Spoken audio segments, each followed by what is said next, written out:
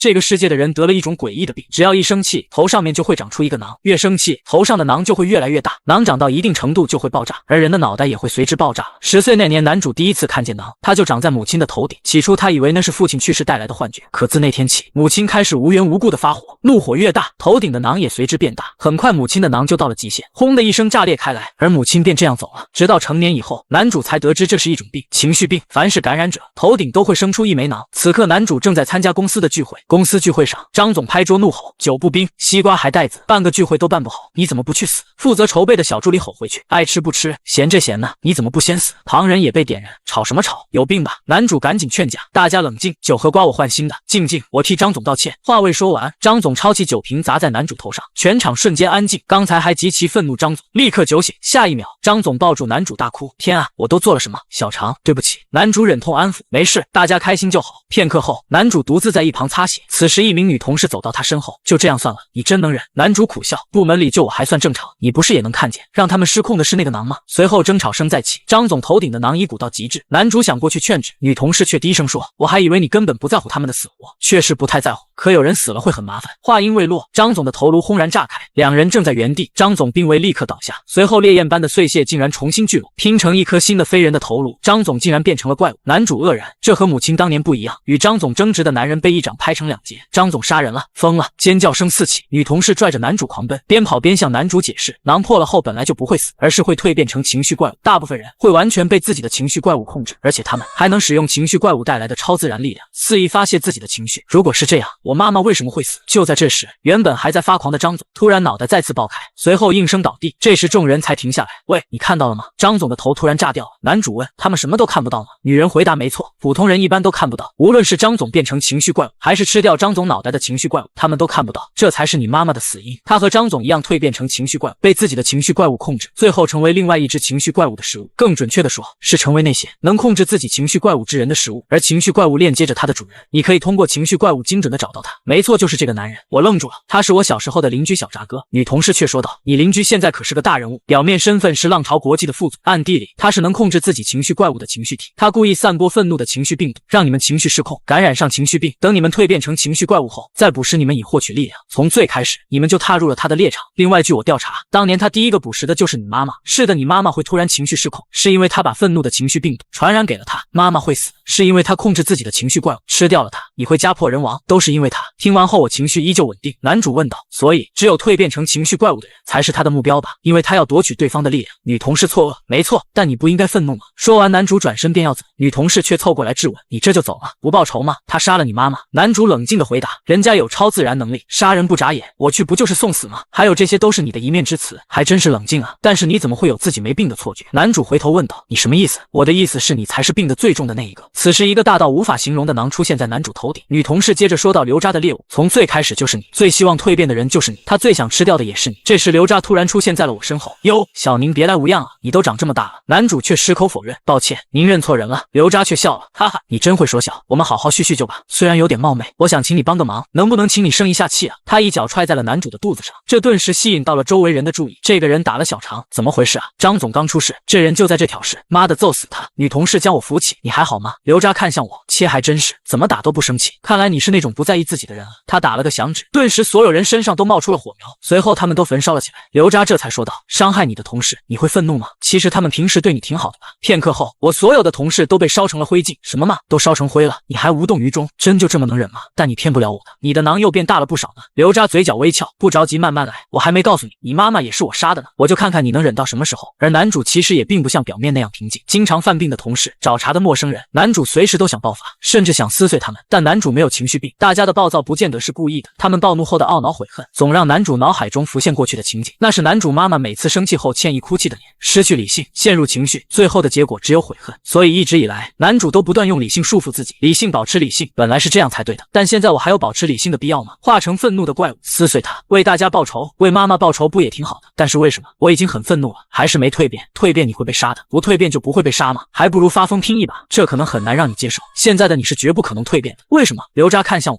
居然还在自言自语，是还在劝自己吗？看来不给你点教训不行啊！说完，他向我冲了过来，自言自语。我突然意识到了什么，我转头看去，就见我旁边的女同事开始褪去身上的伪装，露出了她本来的面目。终于发现了，好了，不逗你了。其实从最开始能看到我的只有你哦。男主当场愣住了，你是谁？而此时，刘渣也一掌轰了过来，待烟尘散去，刘渣被眼前的一幕给震惊到了。女人声音响起，至于为什么你现在无法蜕变，因为从你看到我的那一刻起，你就已经被我传染成为情绪怪物，名为理性的情绪怪物。眼前一幕吓得刘渣愣在原地，锁链、束缚，还有黑洞一样的脸，是从来没见过的情绪怪物。这是什么？男主疑惑，这是我的情绪怪物，理性也能算情绪吗？而且如果我早就被传染蜕变的话，为什么直到刚刚才能看见自己的情绪怪物？然而这些都不是最重要的，更重要的是，我一直以为这是同事的女人，传染我让我蜕变的女人到底是谁？女人冷冷地看着男主，我猜你现在肯定很多问题，但是现在我只能告诉你，理性情绪是最特殊的情绪，因为理性能压制所有其他的情绪，当然也包括刘渣的愤怒情绪。另外，你一定很好奇，为什么之前你看不到自己的情绪怪物？这其实是个很简单的道理，在这个世界，你知道才能看到。此时刘渣发现，情绪怪物离男主的距离很远，也就是说，男主并没有成为情绪怪物的奴隶。很明显，男主是成为了能控制情绪怪物的情绪体。可恶，竟然和我一样！然而刘渣并没有把男主放在眼里，别以为一只刚蜕变的情绪怪物是我的对手。随即，刘渣控制情绪怪物向男主的情绪怪物咬去，结果却让刘渣大吃一惊，怎么可能竟然打空了？男主疑惑，这是怎么回事？女人表示，男主现在还控制不了情绪怪物，所以情绪怪物并没有真正开始干涉这个世界。你的情绪怪物现在更像是一个投影，它并不是真的在这里。此刻刘渣也发现了端倪，我知道了，这小子并不能真的控制他的情绪怪物，他的情绪怪物还待在星界呢，你死定了。随后刘渣操控着情绪怪物向男主咬去，怪物的速度太快，男主根本来不及反应，一眨眼的功夫，男主就被咬住了脑袋。见状，刘渣得意，然而下一秒他却愣住了，怎么会咬不动呢？女人解释道，你经常克制自己的愤怒，因此你的理性对愤怒拥有极高的抗性，这种程度的攻击恐怕和挠痒没什么区别。得知原因，刘渣暴怒，混蛋，你别得意，虽然刘渣的情绪怪物伤害不到我，但我无法控制自己的情绪怪物，也只能挨打。闻言，女人表示很简单，让你的情绪怪物把力量借给你，你现在知道能向情绪怪物借力量，你就可以借到。有了女人的指点，男主瞬间就化解了刘渣的攻击，随着情绪怪物被撕碎，刘渣也摔倒在地上。此刻男主缓缓显示，此刻刘渣才反应过来，可恶，他向他的情绪怪物借了力量，而且他仅仅2根手指就破坏了我的情绪怪物，这怎么可能？一个刚蜕变的情绪体怎会这么恐怖？快逃，只要能逃出去。可男主根本不打算放过他，见男主追来，刘渣又操控着情绪怪物攻击男主。男主疑惑，他的情绪怪物不是被我解决了吗？为什么他还能使用火焰的力量？情绪怪物可没这么容易死透，他的情绪怪物只是暂时不存在于这个世界而已。随着追击，两人来到了船舱外面，原来他们现在正处于世界顶级游轮海上皇帝号。此时女人告诉了男主一个坏消息，有件事得和你说，在这艘游轮上追击情绪体是非常危险的行为。男主疑惑，原来这艘世界著名游轮海上皇帝号航线遍布全球，目前逗留在东海，成为东海市的热门度假选择。自从东海被石油污染成纯黑后，海洋皇帝号是少数被允许进入东海的游轮之一。你们天际集团确实豪气，一个美术部的聚会就舍得在这里办，但这艘船实际上是情绪体掌握的船，而情绪体们会在这艘船上进行交易，同时船上也有各种服务满足情绪体的需求，狩猎普通人就是其中一个服务，所以在这样一艘船上攻击情绪体，就是在挑战海洋皇帝号所有者的底线。更何况刘渣是这艘船的超级贵宾，以你现在的实力，船上的保卫想杀死你，只需要动动手指即可。闻言，男主却更加坚定了要杀死刘渣的决心，因为现在不杀他，以后就再没机会了。而且刘渣的报复根本不是男主可以承受的。此刻海上皇帝号 VIP 贵宾室里，几个财阀正在谈着生意，领头的正是海上皇帝号的船长刘洋。就在此时，一个保卫走了进来，他来到刘洋身边说道，大人，刘渣已经杀掉了天际集团的美术总监，但是出了点小插曲，他突然兴起，想进行下一次狩猎，但是那个猎物成功蜕变，正在暴打刘渣，真是个废物，要不是看在他跟随那位大人那么久的份上，就他那等级，哪有资格在这船上随意狩猎？我一直很好奇，你们口中的那位大人到底是谁？为了合作顺利，彼此还是少打听比较好。刚蜕变就能暴打刘渣，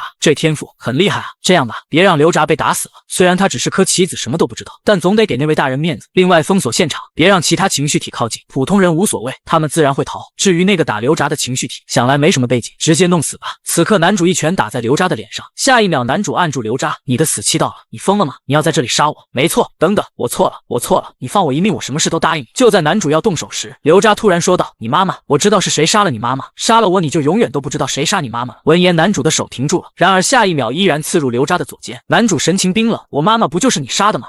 不是这样的，当时你们住的旧街有一个情绪体，他一直暗中传染自己的情绪病毒，然后猎杀新生的情绪怪物。我就是被他传染，然后变成情绪怪物的。但是他并没有杀我，而是帮我稳定住状态，让我成为他的手下。是他，都是他逼我的。他让我帮他传染，让普通人蜕变成怪物。他逼我杀了他们，而他则夺取了这些人的情绪力量，壮大自身。他是谁？现在在哪？他现在可是高高在上的大人物，要是让他知道你杀了我，你也会死。他就是我不能说，要是说了，那位大人不会放过我的。既然如此，那你就死吧。然而就在此时，船上的保卫眼镜男突然出现，只听他朝男主喊道：“我命你心脏停止跳动。”话音刚落，男主的心脏立刻停止了跳动，很快男主就瘫软的倒下。眼镜男来到刘渣身前：“大人，抱歉，我来迟了，你知道我吗？”“是，海洋皇帝号将尽力为您服务。”得救的刘渣立刻就换了一副嘴脸：“你不是很牛逼吗？还杀我？来啊，杀我啊！”就在此时，男主突然醒了过来。刘渣见状，吓得立刻躲在眼镜男身后。眼镜男疑惑：“居然没死吗？刚刚怎么回事？”“是傲慢情绪体的情绪力量命令，他直接对你的心脏下达命令，让你的心脏停止跳动。这么夸张，那不无敌了吗？他的情绪体等级比你高2个大阶级，你自然无法违抗他的命令。如果你不是理性的情绪体，对所有情绪都有抗性，现在就已经死了。这是现在的你绝对无法战胜的对手。他也是情绪体吗？为什么看不到他的情绪怪物？他的情绪怪物现在应该待在星界深处，你现在的情绪怪物也一样。所谓的星界就是情绪怪物主要生存的地方。之前你的情绪怪物就处在星界和现实的交界，因而能被看到。而一旦情绪怪物深入星界，就难以被观察到了。这小子真命大，没死更好。你知道该怎么做吧？明白，我命你跪下。随着眼镜男的命令，男主竟然直接跪下，完全反抗不了。这是傲慢情绪体命令的特点，命令对你自己伤害越低，你越难违抗。傲慢情绪体和你等级差距越大，你也越难违抗。随后刘渣来到男主面前，直接一巴掌打了过去。你不是很厉害吗？报仇就凭你妈就一屁民，我们情绪体想怎么样对他就怎么样对他。为了回报你刚刚的所作所为，我就具体和你讲讲吧，讲讲你妈妈蜕变那天的事。我记得很清楚，你妈妈蜕变那天是她难得清醒，没被情绪控制的那天。她买好菜，做好饭，特地想为前段时间发脾气对你道歉。可惜啊，最后血溅的一地都是。其实你妈妈会被当作目标，只因那位大人随口一句话，要不下一个猎物就选中你隔壁那单亲妈妈吧。一开始我是极力反对的，毕竟你妈妈人很好，我当时穷的时候，你妈还帮过我，给我带过饭。但后来随着你妈开始发脾气，看着你从幸福堕入深渊，我又慢慢喜欢上这种感觉，那是主宰别人人生，剥夺别人幸福的感觉。我要她化作情绪怪物，她就得化作情绪怪物；我要她成为粮食，她就得成为粮食。我给你一个机会，发誓成为我的狗，叫2声活命，否则死。此刻女人问男主，接下来打算怎么办？男主冷笑，这话不应该我问你吗？你让我成为情绪怪物，又知道我这么多事，甚至对刘渣，对这艘船的背景来历都有了解，你早就预料到现在的情况了吧？说出你的条件吧，我都接受，你只要愿意接受我的力量就可以了。随后女人从后面抱住男主，突然无尽的气息从男主身上迸发出来，眨眼的功夫，男主的脑袋长出了冰雕。这是什么情况？他的情绪力量在急速升高，他失控了。此刻男主仿佛置身一个虚无的空间，这是什么？悲伤、快乐、惊讶、激动都感觉不到了，所有情绪都消失了，仿佛切只有算计。而且此时男主的脑袋上长出了一个巨大的脑，随后无数回忆融入男主的脑海，跟妈妈的美好回忆一幕一幕的呈现，当然最后演变成妈妈暴躁的画面。最后到了妈妈情绪爆发惨死那天，随着咔嚓一声，男主彻底觉醒。男主不明白现在是什么情况。很好，你之前的囊内储存了足够的愤怒，这让你在我的力量中保持住了自我。记住了，关键时刻必须抛弃理性，只有这样才能驾驭理性的力量，否则你就会失控，成为理性的情绪怪物。接下来享受你的复仇吧。女人话音刚落，男主脑袋的冰块开始碎裂，砰的一声，男主彻底解开了束缚。解开束缚瞬间，男主身上爆发出强烈的气，然而下一秒气息却消失得无影无踪。刘渣见状哈哈大笑，什么鬼？突然间情绪力量就消失了，我还以为多厉害呢。然而一旁的眼镜男仔细观察过后，却吓得愣在了原地。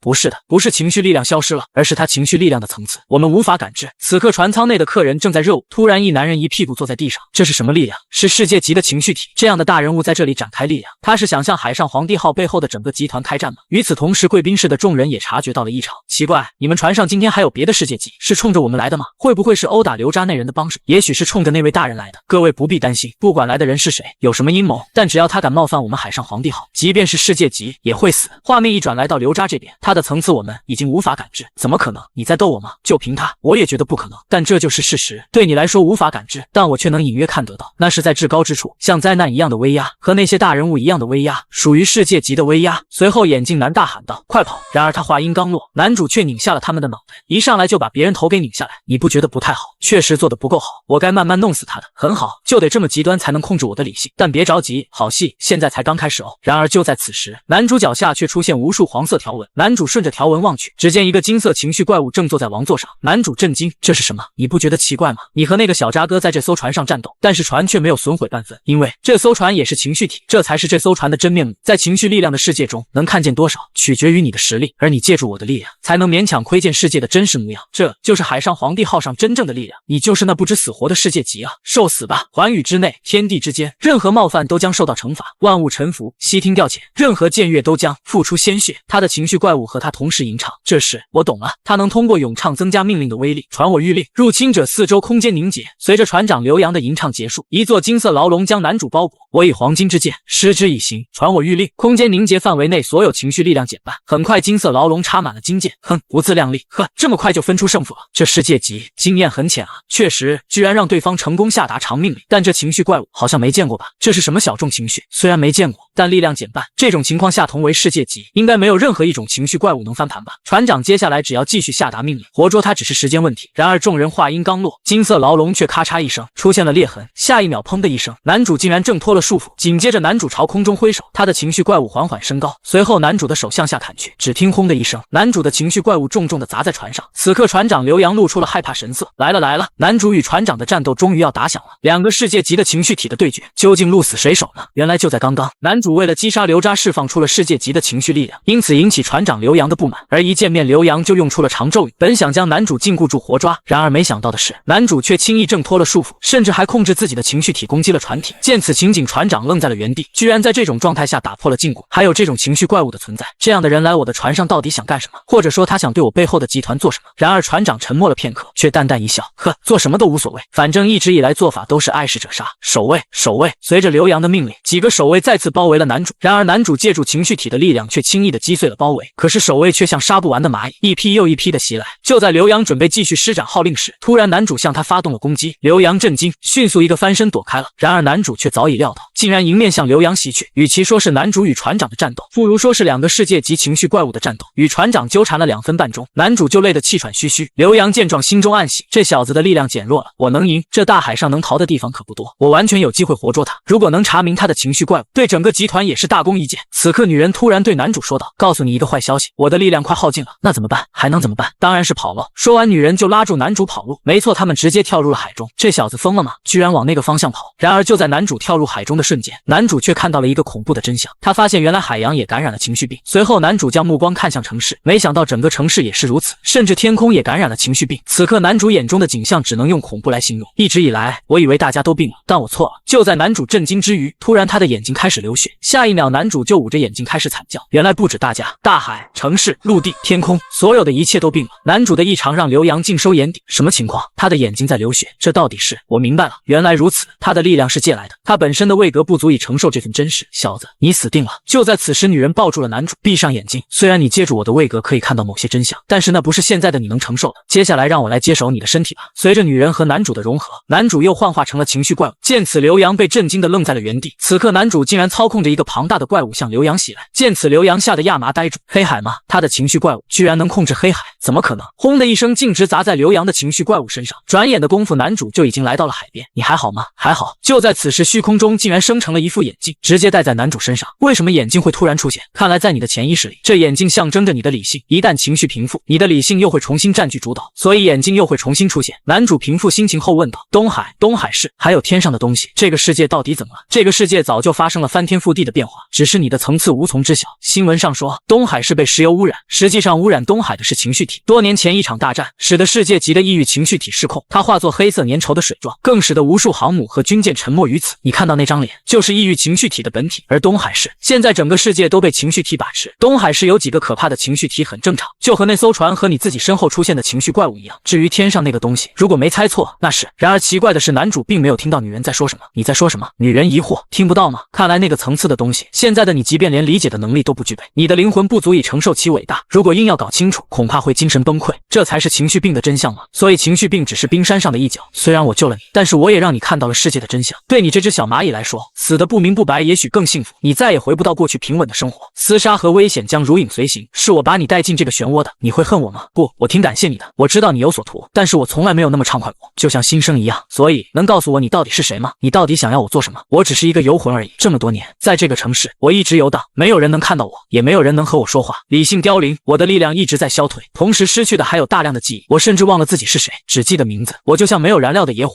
终将熄灭，直到我遇见你。麻烦你让，我要迟到了。这么些年，只有你和我说过话，只有你能触碰到我，只有你有足够的资格承载我的理性。如果说我是野火，那你就像一个火炉，有了你，我就能维持自我，免于消亡，所以我才接近你，伪装成你的同事，所以我才帮你调查你妈妈的死因，所以我才在海上皇帝号上拼尽力量护你周全。我会尽我所能的帮你获得你想要的一切，金钱、权力、地位，你想要的一切，我都会帮你。但作为交换，你必须变强，强到能直视天上的那个秘密，强到能探索天上的那个秘密，因为我缺失的最重要的部分在天上。重新认识一下，我叫叶离，今天也是我的新生。长墨，这是我们的新生。画面一转，有2个人正静静地看着海洋皇帝号。查到那个人是谁了吗？意外的好查，长墨，18岁，东海市天际集团的美术，妈妈在10岁的时候死亡，怀疑是被刘渣猎杀。根据他们公司每年的体检报告，他今年的3月份还是普通人，这不可能。他能和海上皇帝号战斗，说明至少也是世界级战力。短短几个月，根本不可能有这么大幅度的力量提升。那家伙的力量是借来的吗？应该是。他之前和船长战斗的时候，突然双眼流血，恐怕就是看到了天上那个东西。如果真是他的力量，不至于这样。有意思，居然能借来这样的力量，这可是连黑海都能控制的力量啊！他背后到底是谁？船长也拜托我们查这个家伙的情报吧。没错，船长那边先拖一拖吧。走了，我可没到世界级，熬夜对皮肤还是有影响的。宋小姐，那小子不管了，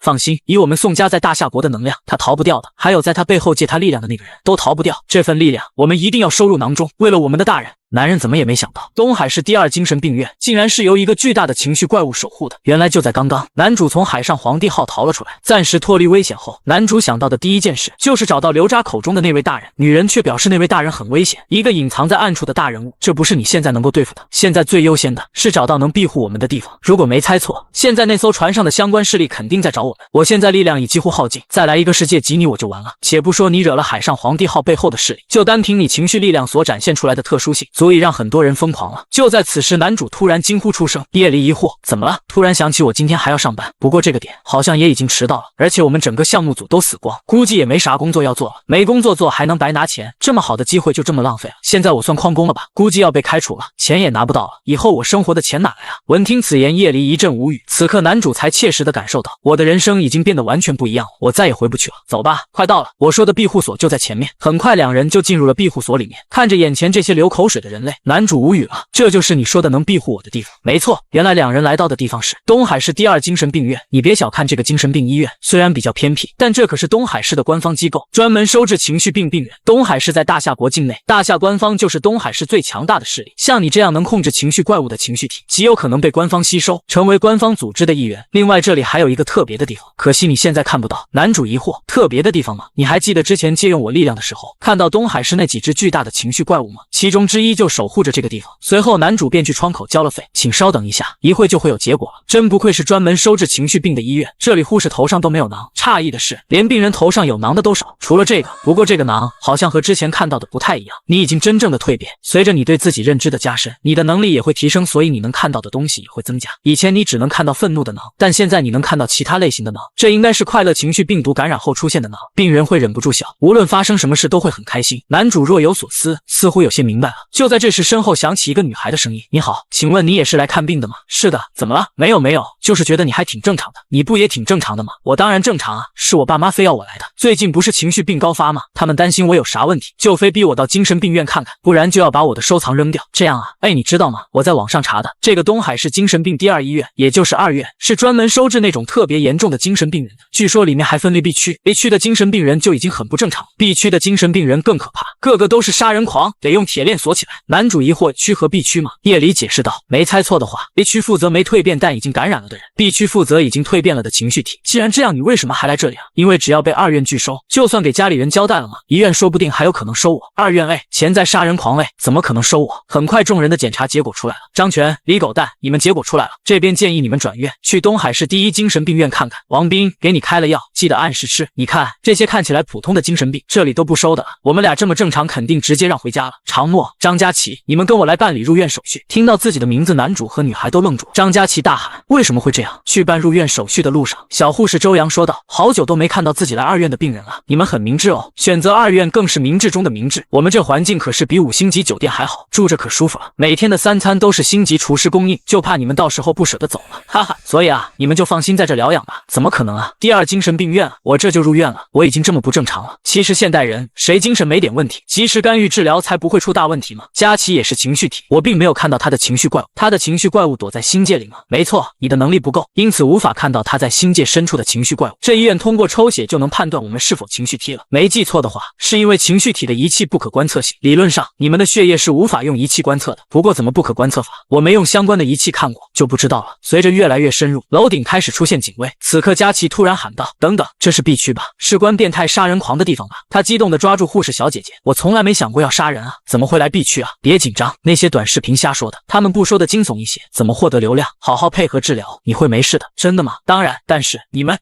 为什么都握着枪啊？而且此时楼上的警卫都已经架起了狙击枪。男主疑惑：难道他们都看到了吗？那就是张佳琪的情绪怪物。我想知道那些没被官方选上的病人下场怎么样了？应该会被关起来，有危险倾向的话，也许会被当场处决。所以你别轻举妄动哦。女孩怎么也没想到，自己只是头上长了一个囊，可父母却把她送到了精神病院。原来这不是普通的囊，而是一种情绪病毒。人感染后，如果无法控制情绪，就会脑袋直接炸裂。而女孩非但没有炸裂，反而进化成了情绪体。原来就在刚刚，张佳琪发现护士小姐姐，将她带到了 B 区。此刻张佳琪的情绪特别激动，因此她的情绪体终于暴露了出来。就在所有人以为张佳琪要暴走时，男主却突然轻拍张佳琪的肩膀：“佳琪，你别那么紧张啊，放松放松，这么紧张兮兮的，搞不好真被当危险分子被打死了。”在男主的安抚下，张佳琪很快就放松了下来。与此同时，他的情绪体开始慢慢消散。他回身看了看男主，也是。随后，张佳琪对护士小姐姐说道：“对不起，刚才我太激动了。”闻言，护士小姐姐才松了一口气。她的情绪怪物躲回星界深处了。刚刚她已经是失控的边缘，居然稳定下来了。叶离看着男主，想不到啊，一个陌生人而已，你居然还关心他的安危，还用理性的力量帮他压制失控的状态。闻言，男主却表示，他只是想表现的有同情心一点而已，不然看着他要被杀了还无动于衷，不是显得我很冷血吗？官方不太可能吸收一个冷血的情绪体吧？然而下一秒，意外却发生了。就在众人都放松警惕的时候，护士却在对讲机里说道：“开枪！”随后只听砰的一声，张佳琪应声倒下。男主见状，却没有丝毫情绪波动，仿佛眼前发生的一切都与他无关。叶离靠近男主，喂，给点反应，不然就真的冷血了。男主心想，走神了，又死人，这是第几个了？都感觉理所当然了。但是男主很快发现问题，没有血，看来张佳琪没死，这是麻醉弹吗？随后男主松了一口气，装得不错，就是反应慢了，抱歉，我下次注意，麻烦你们了。未知类型情绪体，情绪不稳，按高危险度收容。高危险度，他会怎么样呢？只是看管的时候要注意点了。刚刚没吓到你吧？你看起来很冷静啊，要不我也在这里给你评估一下，就问几个问题而已。男主疑惑，评估吗？好吧，你是自行来我们医院检查的吗？这其实挺少见的，说说你决定来精神病院的原因。好的，一开始是能看到些别人看不到的东西，那是大部分人头上的囊，还有怪物。后来我似乎有了某种别人看不到的力量，我觉得是幻觉，所以想来医院看一下我手上的东西，您能看得到吗？见此情景，小护士被吓得愣在了原地，还真是意外啊，我得向上面汇报一下。很快小护士跟男主拉开了距离，然后他再次跟对讲机说道：“开枪！”只听砰的一声，男主应声倒地。此时小护士才松了一口气，怎么搞的？一天竟然来了2个没见过的情绪体类型，吓死了！老李做得不错，弹无虚发，哈哈，大家都辛苦了。对了，为什么最后这个也要射他？我看他挺正常啊。哎，这种看着正常的其实最吓人。其实之前我就看了他进医院的监控，他虽然隐藏得很好，但他偶尔的肢体语言还是被我发现了问题。什么问题呢？他在和一个看不见的人说话，这是典型的精神分裂。他现在是温和的人格，那他另外一个人格极有可能非常危险，而且他的情绪力量也是从没见过的类型。更可怕的是，他在使用情绪力量的时候，他的情绪怪物并没有出现，已经能熟练的驾驭情绪力量，这意味着他是一个熟练掌握未知情绪力量的精神分裂者，这比那女孩更可怕，必须立刻制服。好了，叫人来搬他吧。然而小护士话音刚落，男主却突然爬了起来，小护士吓得呆住了。哇，你怎么没事？目标重新活跃，目标重新活跃，一级警戒，一级警戒。很快无数警卫包围了过来，我刚想让你先别起来的。就在此时，男主突然下定了决心，既然这样，不要开枪，我投降，我投降。男主如此干净利落的投降，直接给紧张兮兮的众人给整不会了，这下总算没问题了。很快男主的双手被锁住，你确实是获得了特别的力量，但这个锁链可以压制所有特殊的力量，现在你和普通人没区别了，就是委屈你了。这是能够压制所有情绪力量的锁链，但是为什么我感觉这锁链里有源源不断的力量涌入我体内啊？叶离解释道，很奇怪，为什么你在吸收锁链的力量吧？因为制造这锁链的金属早就被理性情绪感染，这锁链也因此有了压制别的情绪力量的效果，这对别人来说是球具，对你来说却是大补剂哦。此时东海市情绪管理局局长曲为民正在打电话，宋小姐，你要我找的人找到了，他进了2院，成为了2院的病人。2院吗？那可归你管了。宋小姐您放心，我这就去要人，还挺顺利的嘛。长墨皮囊还不错，取出你的力量前我们还能好好玩玩，真希望看到你那张秀气的小脸痛苦绝望的样子。炸了炸了，张佳琪的情绪体暴走了。原来就在刚刚，男主和张佳琪都被收入了 B 区，但是经过治疗，张佳琪的效果并不是很明显。此刻护士一直在劝说张佳琪，佳琪忍住啊，别放弃啊。不行，我忍不住了，好想知道，好想知道，我好想知道8块腹肌的帅哥是怎么洗澡的。佳琪控制住自己的情绪，护士小林此时已经吓得声音发抖，周姐她不行了，快给她用药吧，再晚点要尽量样让病人用意志控制住。我控制不住啊，我就是很想知道啊，想看帅哥有错吗？见张佳琪确实控制不住，无奈周阳只好下达命令。好了，快上药。接到命令，护士小林立刻准备用药。然而就在这时，小林由于过于紧张，一不小心让药剂滑落了。你在干什么？关键时刻掉链子，他失控了，你负责吗？对不起，对不起。就在此时，张佳琪喊道：“我忍不住了。”关键时刻，医生娄清歌轻抚张佳琪说道：“冷静点，你要是失控成怪物，就再也看不到了。”娄医生，你太乱来了。我相信小佳琪。由于娄清歌的安抚，张佳琪竟然强行靠意志力压制住了情绪。很快，他的情绪体开始消散。小佳琪真棒，我就知道你能做到。好，现在基本清楚了。患者姓名张佳琪，一直沉迷英俊的男性。第一次发病是1个月前，偶遇某英俊男性，回家后发现自己能看见该男性在家洗澡的画面，由此推测情绪力量是类似千里眼一样的能力，暂定为第7号未知类型情绪体，危险度暂定低，能看见帅哥洗澡，这就是你爸妈让你来精神病院的理由啊！嘿嘿，见笑见笑。然后就是你，患者姓名常默，情绪稳定，因为看见常人看不见的东西，拥有常人看不见的力量而就医，疑似精神分裂，但本人否认，表示只是喜欢自言自语。情绪力量是手能凝结出晶体，释放蓝色火焰，暂定为第7号未知类型情绪体，危险等级暂定为中吧，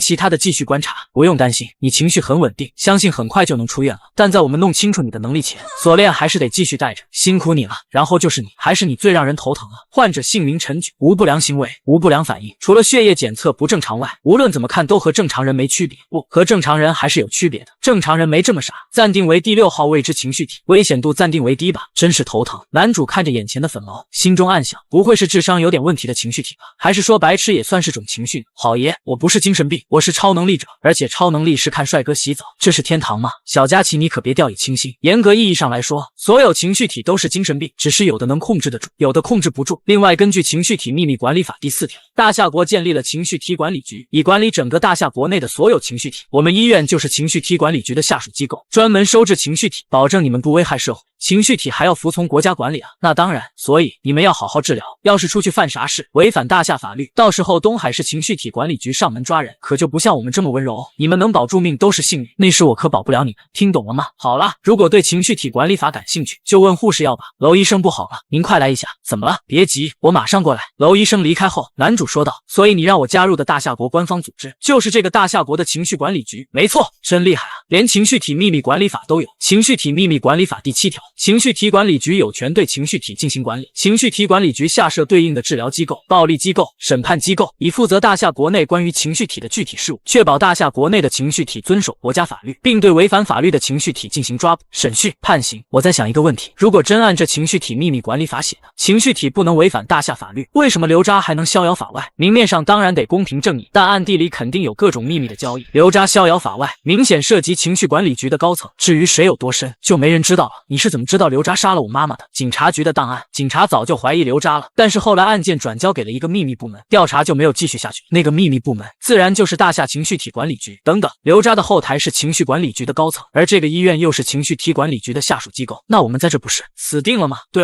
哦，是你让我来的，具体原因不太记得了。在和你结合前，我的记忆一直在流失吗？只记得虽然有风险，但可以赌一把，所以就让你来了。总之来都来了，现在能做的就是好好吸收这锁链的力量，其他的就相信失忆前的我吧。画面一转，来到一处房间内，娄医生将咖啡递给了局长屈维明。局长，您请慢用。屈维明丝毫不客气地喝了起来，下一秒他竟然直接将咖啡狠狠地摔在地上。娄医生疑惑，局长这是怎么了？屈维明反问道，怎么了吗？你自己不清楚吗？自己看，好好看你们干的事。靠，不就是个局长，有必要每次来都骂人吗？怎么这样啊？院长也不管，院长也管不了啊。从职位上说他还是院长的领导，咱医院运营的钱都得他们拨款，院长也没啥办法，后来就不愿意见他了。现在都是娄医生接待他。哎，那个家伙对院长还比较恭敬，对娄医生基本就没有好脸色。娄医生每次看到他都害怕的发抖。就在昨晚，这人在海上皇帝号上犯下命案，今早逃进了你们医院，你们医院居然还给他办理了入院手续。海上皇帝号背后的是什么力量，你们不知道吗？这人是杀人犯，你们不知道吗？这已经是外交事件了，你们不知道吗？现在立刻把人交给我，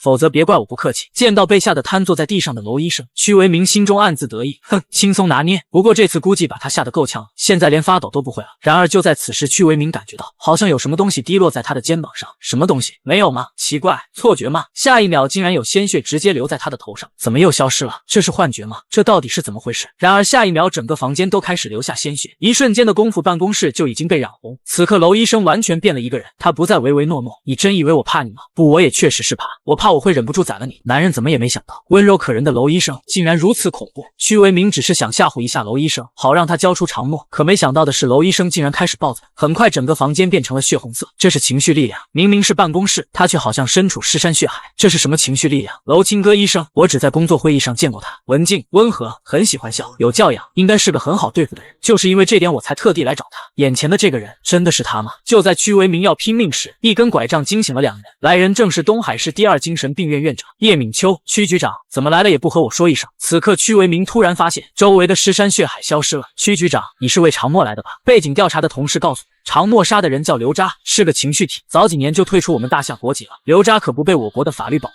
而且事故发生地还要在公海的海上皇帝号上。常默一没危害我国财产，二没伤害我国公民，所以他并没有违反情绪体秘密管理法。但是海上皇帝号那边的压力有点大啊，您也知道他们背后的力量，咱管理局上面的领导可是让我今天必须给他们一个交代。闻言，叶敏秋的脸色立刻冷了下来。你说的是宋家吧？没骨气的东西，我们大夏国内部事务还用看海上皇帝号的脸色吗？倒是你，我记得刘渣当年可是嫌疑犯啊，怎么就让他把国籍赚了，而且一直在东海市招摇？你眼瞎吗？要不要我把这事也向上面汇报一下？就这样，屈为民被叶敏秋几句话给打发走了。哼，兔崽子，和我扯这些有的没的，还是院长您厉害，控制好你的情绪。你想失控吗？压了这么多年，总得喘口气吧。而且我最近感觉状态开始变得稳定了，这是你最紧要的关头，你一定要控制住情绪，不要大意。知道了。所以当时海上皇帝号上真爆发了世界级的战斗，甚至连被污染的东海也因此翻涌了。这个世界级会是常默吗？也许他的目标一开始就是海上皇帝号，具体的事情我也不清楚。但常默不是世界级，资料显示常默从小一直生活在东海市，而且他每年都有体检，最近一次的体检显示他还是正常人，所以不可能是他。那么他的背后必然还有一个世界级的情绪体。如果是这样，他背后的世界级情绪体到底要做什么？只是为了救常默就和海上皇帝号大战吗？而且他背后如果有世界级情绪体，那为什么还要来二院？难道那世界级情绪体的下一个目标是我们二院？下一秒，院长一棒子敲打在娄医生头上，看我让你养的花都养成什么样，居然还藏角落，以为我看不到吗？院长说正事呢，放心，那个世界级情绪体不在二院，要是他在二院的范围内，我肯定能发现他。倒是常默，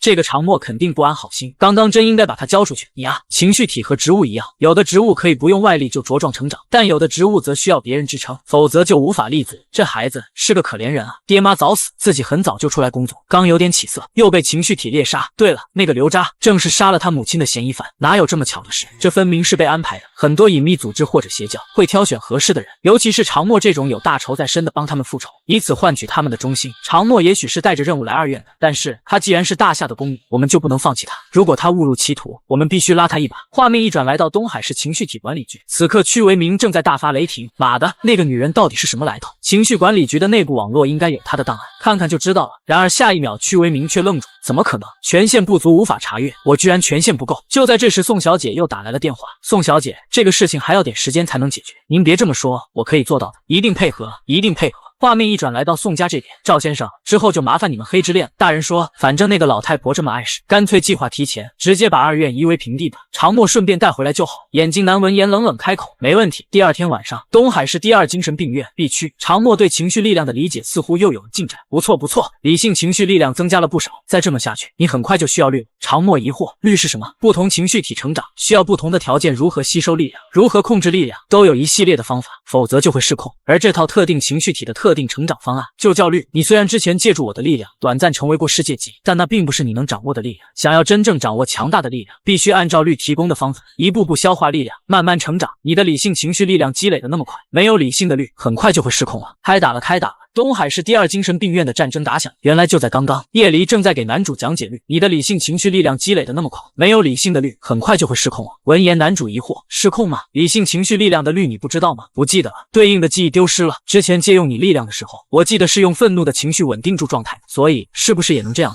没错，实际上理性情绪体最基本的律就是持续高强度的体会其他情绪，但是你多年积累的愤怒早就被用完了，最近也没发生什么特别的事情，你也没什么情绪波动，因此这个办法现在你用不了，所以今天还是休息一下吧。此刻一个夜班护士走了过来，这么晚还不睡，小佳琪真是的，睡觉老蹬被子。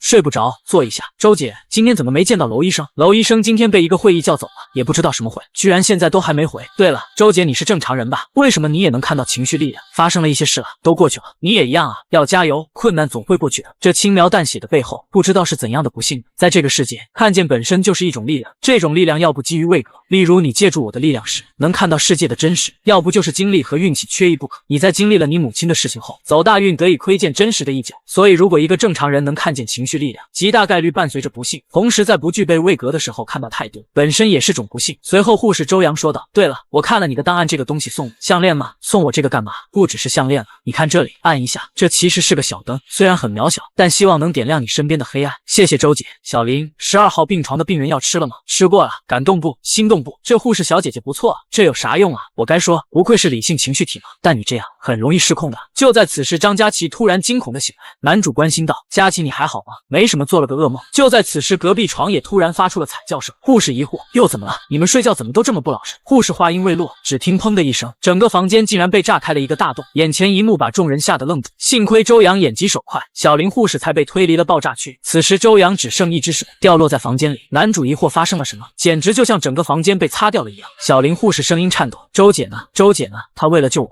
牺牲了。”看着眼前的手掌，小林大喊道：“周姐！”然而就在此时，一个人突然从窟窿里爬了上来，原来他是医院的病人。还不等众人反应过来，男人突然开始暴走，无尽的情绪力量释放出来。小心，这是快乐情绪体失控。快乐情绪体能分解所有物质，刚刚的动静就是他弄出来的，这么夸张？很快周围就响起了爆炸声，越来越多的病人开始失控了，病人都失控了，我得呼叫警卫队。然而此时小林才发现，外面似乎响起了枪声，警卫队恐怕顾不上我们了。枪声，还有这不正常的失控，二院被袭击了。小林不敢相信，我们被攻击了吗？怎么会这样？院长呢？院长去哪了？此刻叶离却说道：“可惜他看不到，他们院长正忙着呢。”开打了！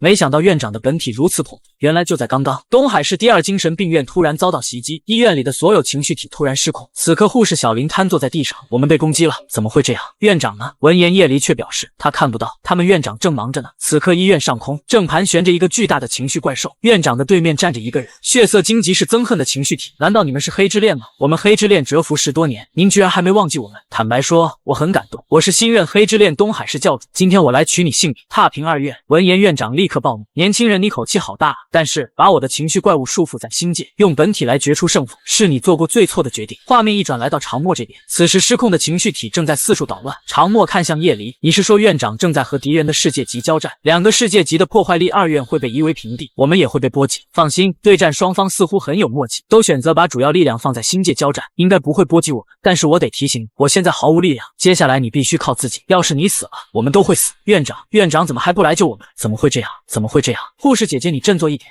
你快想办法让他们冷静下来，让他们冷静下来吗？不可能的，他们已经失控了，他们的情绪力量会把我们撕成碎片，我们要死了。就在护士小林悲伤之际，男主却叹了一口气，下一秒，只见男主稍微用力就把锁链挣脱了，他一个飞扑，单手直接拍打在失控的快乐情绪体头上，瞬间的功夫，快乐情绪体就瘫软的倒了下去。眼前一幕让张佳琪和护士小姐姐都愣住，很明显2人没反应过来。别愣着了，快走吧。长墨，你太帅了，你做了什么？没什么，让他们冷静下来而已。你的情绪力量居然能让失控的情绪体恢复平静，这太神奇了。快乐情绪体能分解一切物质，对你威胁最大，要是你被他能力打中，也一样会粉身碎骨。优先解决他，很聪明，能分解一切，这也太离谱了吧？这不是无敌了吗？但是情绪力量不算物质呀，如果你用你的情绪力量，就能阻挡他的攻击。就在长墨跟叶离交谈之际，突然他的身后袭来一个火球，张佳琪刚要提醒，却为时已晚，轰的一声巨响炸开。长墨死了吗？怎么会这样？然而下一秒，烟雾中突然窜出一个人影，人影正是长墨，他径直袭向愤怒情绪体，眨眼的功夫，长墨就又解决了一个。紧接着长墨又对他左手边的情绪体拍去，解决完后，长墨又袭向身后的情绪体，然而对方却向他发出了无数的火球，由于数量过于庞大，长墨根本没有躲避的空间。然而即使被击中，长墨依然毫发无伤，顺便还制服了情绪体。随着情绪体倒下，他们病房暂时安全了。小林、佳琪，你们没事吧？佳琪一脸震惊，长墨你好厉害，不只能让别的情绪体停止失控，而且防御力还这么可怕，这到底是什么情绪体？然而小林护士话音刚落，意外却发生了，只见一滩黑色粘液滴在张佳琪的床上，原来在他们的上方也有一个情绪体失控，男人浑身流出黑色粘稠物体，整个人在呜呜的悲鸣。小心点，这是悲伤的情绪怪物，它能让所有的东西都沉默。悲伤的情绪怪物通常不会移动，我们不招惹它就没危险。你对悲伤的抵抗力不高，别沾染到这黑水，这应该是被黑东海传染的吧？不过还很弱小，没关系，快走吧。长墨你好冷静。对啊，幸好有你，其实我很紧张的，只是你们没看出来。哈哈，你还有心情开玩笑？我没开玩笑啊。啊对了，陈举他。然而众人看向陈举的床，才发现早已被石块压垮，陈举恐怕已经死了。怎么会这样？刚刚明明还好好的，怎么突然间周姐还有陈举都死？振作点，现在我们最重要的是活下去，有长墨在，没问题的。说的太对了，有这位兄弟在，我们一定能活下来的。哎，你从哪冒出来的？我刚睡觉不小心滚了下床，然后就听到爆炸声，我就一直缩在那个角落里。总之别说那么多了，快跑吧。